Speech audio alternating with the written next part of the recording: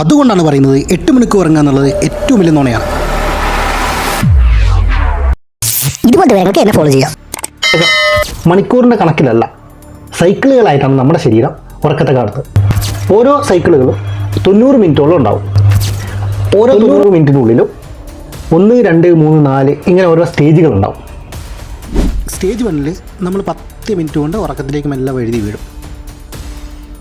Stage 2 ബോഡിയൊക്കെ ഒന്ന് relax ചെയ്യും, ടെമ്പറേച്ചറൊക്കെ ഒന്ന് സ്ലോ ആവും.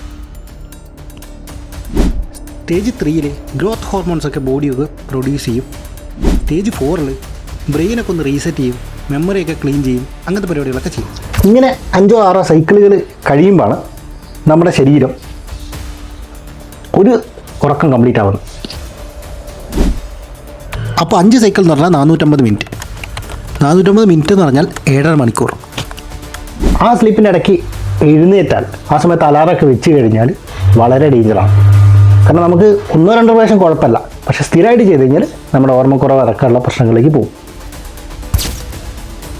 ഇനി നിങ്ങൾ ഏത് സമയത്ത് എണീക്കുന്നു നോക്കിയിട്ട് നിങ്ങൾക്ക് ഉറങ്ങുന്ന സമയം സെറ്റ് ചെയ്യാൻ പറ്റും. അതിന് സ്ലീപ്പ് എന്ന് കമൻറ്റ് ചെയ്ത് കഴിഞ്ഞാൽ ഞാൻ അതിൻ്റെ കാൽക്കുലേറ്റർ അയച്ചുതരാം.